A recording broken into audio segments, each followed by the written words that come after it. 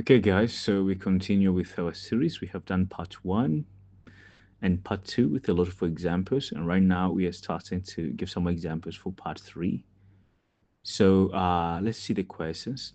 The topic is about tourism, right? So I'm gonna go on asking the questions and then try to give relevant answers in accordance to my personal experience. So the first question is, why do people like to visit new places? Why do people like to visit new places? I think it's all about curiosity, refreshing their minds, relaxing, especially during the holidays. People go to different places to just to change the scenario because they have been in the same environment for a very long time. They get bored, for example.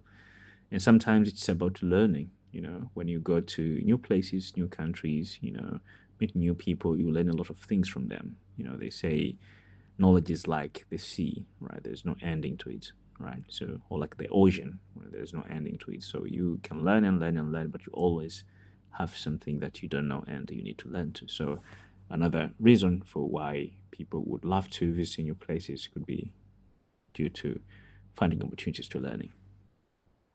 The second question is, do you think travel is more important for young people or older people, and why?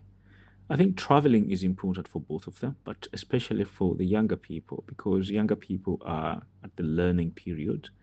They could learn a lot of things, and I believe if younger people traveled more, they could have a chance to change their lives and see the world in a different way.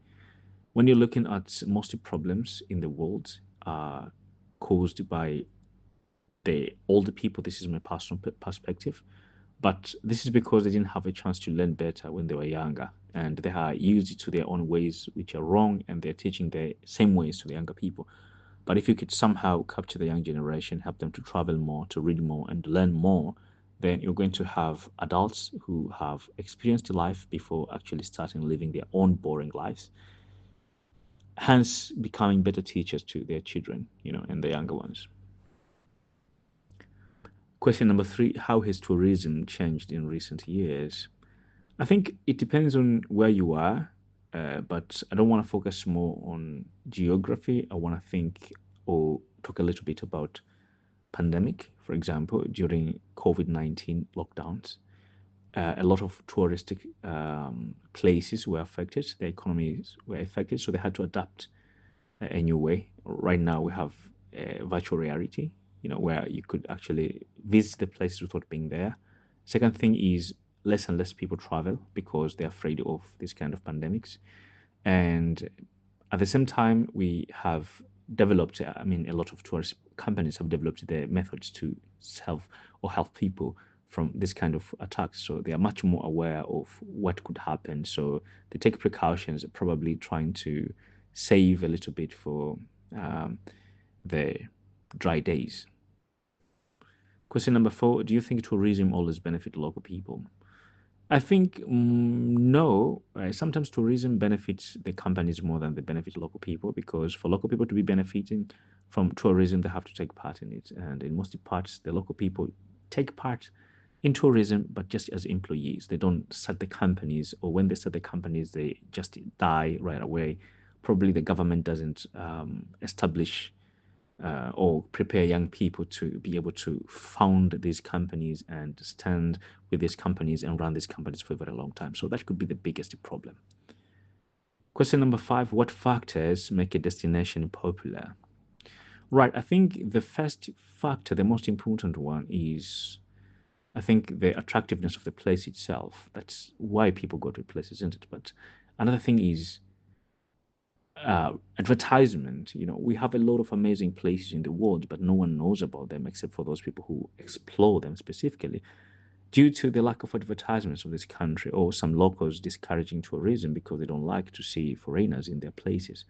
But I think having a good place, organizing that place or advertising that place into becoming an attractive place, and obviously safety. We have countries such as Congo, which is very beautiful, but only few people would go to Congo for tourism because they're afraid of their safety, due to civil wars and the ongoing unsettlement in that country. So I could say that also is another reason why um, some places are not popular and some other places are very popular. Some places like Tanzania, Kenya, and Uganda have been able to maintain peace for a very long time, and hence they are touristy places such as Zanzibar, and probably Nairobi, Mombasa, and Kampala are super popular worldwide, and obviously a lot of other countries in Africa that have peace. So security is also a very important factor. And the last question is, in the future, do you think people will travel more or less than they do today? Well, it depends on how technology is going to shape us in the future. Right now, as you can see, a lot of people prefer to spend more time on their phones, watching people traveling rather than traveling themselves. But we also have more opportunities to traveling because people could work from anywhere in the world thanks to the internet. So I think in the future, more people will have freedom, but I'm not sure if they're going to use this freedom to travel or do other things, probably doing sports or just playing video games, and try to live more and more or spending more and more time online. So yeah, that's it. So guys, those were 6 questions from part 3. And generally in the examination, have between 4 to 5 minutes to answer these questions. If they think something is missing, they're going to ask you more. But you have to be comfortable. You have to be confident. It doesn't matter how good you are. It doesn't matter how fluent you are. If you're not comfortable in the examination, if you're not confident, you won't be able to get the score you're looking for. So in order to get rid of that nervousness or panicking periods that you're having during the examination, the best policy is actually to practice. I always talk about this. Go on out there, practice and practice and practice. Learn new phrases, try to use them.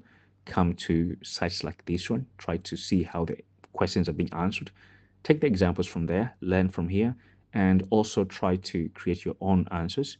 And the best other policy, I always talk about this. I say, like, don't try to make up stuff, just try to answer from your personal experience.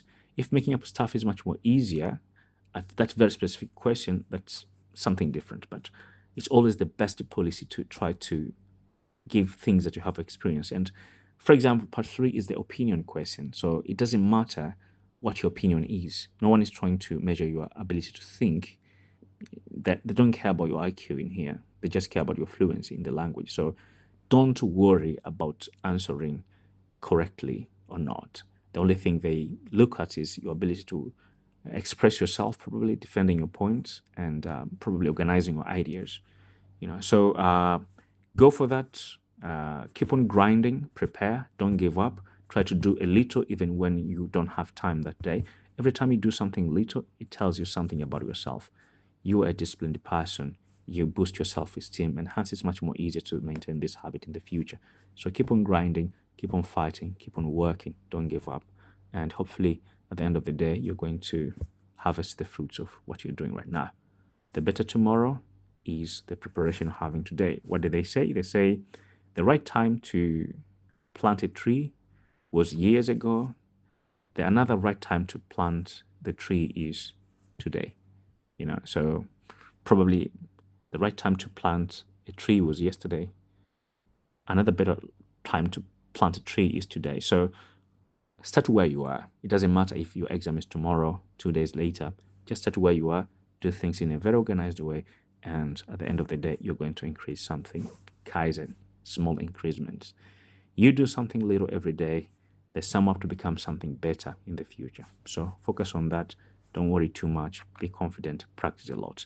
Take care of yourself, and I'm looking forward to seeing you in our next session.